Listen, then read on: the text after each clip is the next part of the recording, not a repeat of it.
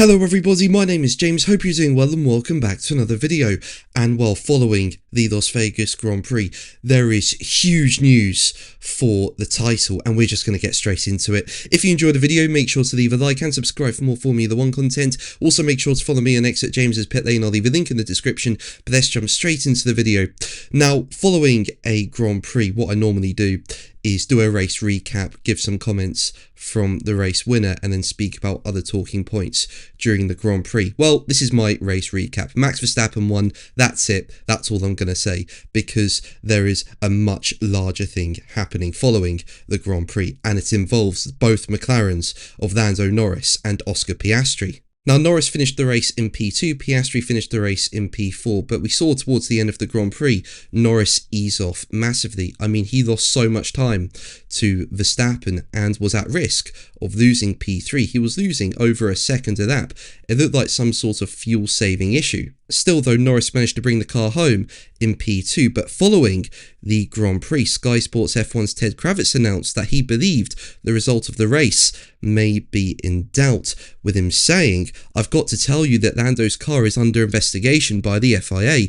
I was doing the end of race interview with Andrea Stella and we got moved away because Lando's car was pushed back into the garage so the FIA could do their normal checks. This was just the normal checks the FIA did, but because Lando was told to lift and coast at the end for fuel, they are taking a special view or whether they can take the fuel sample out. I think that's in progress. It's a random selection. They were starting random investigations for car number 4, but I do believe there are further investigations being done." So yeah, following that, it was just a waiting game to see if Norris's car would be referred to the stewards by FIA technical delegate Joe Bauer, and then soon after, an FIA document was released. But it wasn't for just Norris's car, it was for Piastri's car as well, and it wasn't to do with fuel, it was to do with the skid block. FIA technical delegate Joe Bauer's report said the skid wear of car numbers 81 and 4 was checked. The rearmost skid was measured on both cars, according to the team's legality document submission, in accordance with TD09M item 1.2BI. The measured thickness was less than 9mm on both cars, which is the minimum thickness required by TR Article 3.5.9E. I am referring this matter to the stewards for their consideration. Now, in Formula 1, especially in these ground effect cars, the lower you get the car to the ground, the better it will be. It will generate more downforce, be quicker in the corners, be more efficient in a straight line. And there are regulations to ensure no one gains an unfair advantage. And according to Ted Kravitz, the skid block should be 1cm, but you're allowed 1mm of tolerance, so that's 9mm.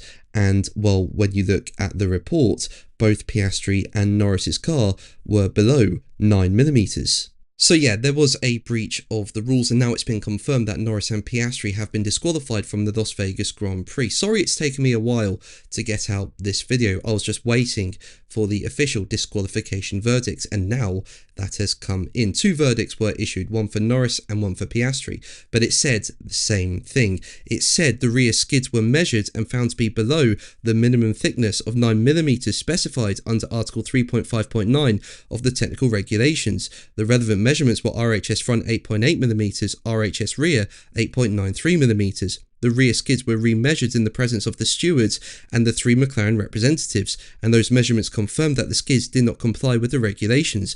The relevant measurements were even lower than those measured originally by the technical delegates. Accordingly, the stewards determined that a breach of the technical regulations have occurred. The stewards then heard submissions on penalty. The team argued that mitigating circumstances existed in that there was additional and unexpected porpoising at this event, limited opportunity to test due to the weather on day 1, and shortened practice sessions.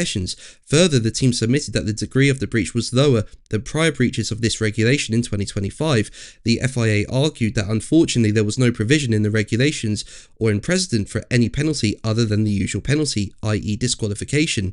The FIA noted that it strongly held the view that the breach was unintentional and that there was not deliberate attempt to circumvent the regulations. Notwithstanding the submission by the team that there was potentially accidental damage that may have led to movement of the floor, which could have caused additional wear, the stewards do not consider this sufficient to mitigate the penalty. Now, in my opinion, this is a title-changing verdict. I mean, immediately after the Las Vegas Grand Prix, Verstappen was still in title contention, but he was just about hanging on in, and given how Norris has outperformed Piastri in the second half of the season, it looked like Norris at the next race in Qatar would wrap up the title pretty comfortably. But with Norris and Piastri having now been disqualified from the Las Vegas Grand Prix, Verstappen is now just 24 points behind Norris, so he's within a race win of Norris and is level on points with Piastri. So now we go into the Qatar Grand Prix weekend where it no longer looks comfortable